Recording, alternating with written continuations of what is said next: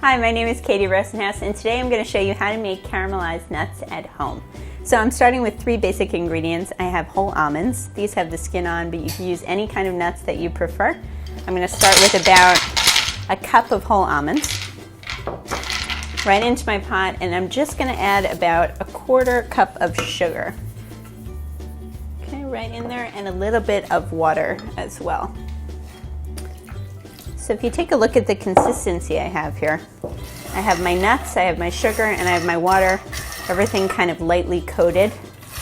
And all I'm going to do is bring this to a boil and keep cooking until that sugar and water turns to caramel.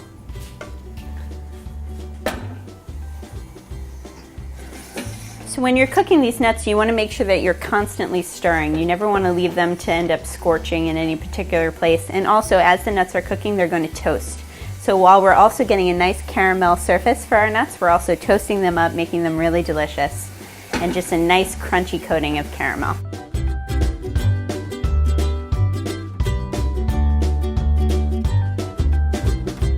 All right, so we have our almonds, and you'll see that caramel is nice and toasty. It's almost starting to pop the skins of the almonds. That's a good way to tell when it's ready. And also at the bottom of the pan, see, hear that pop? And at the bottom of the pan, you'll also see the caramel has turned to a nice amber golden color. So we know we're perfect. Before my caramel sets up, I want to make sure that I add salt. Really want to bring out the flavor of those almonds. And also, depending on what spices you like, I like sweet paprika, I like a little cayenne, a little anything that you like. Throw in a little spice in there, because nothing's better than some spicy caramelized nuts. So once you've got your spice and your salt mixed in there, right onto a piece of parchment paper. And make sure you kind of spread the nuts out, so this way they won't all clump together as they cool. And you can see almost immediately they're cool enough to touch. They cool down very quickly.